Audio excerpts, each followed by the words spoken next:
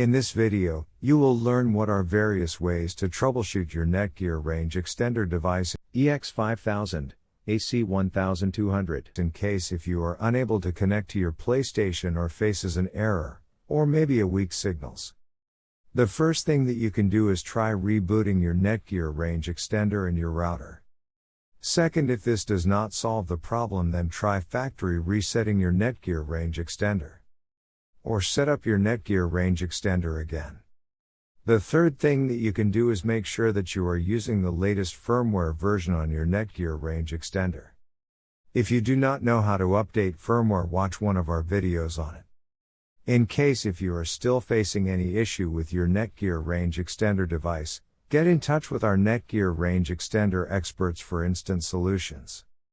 Thanks for watching our video, and do not forget to like, share, and comment on the video, so that you never miss any video from our channel.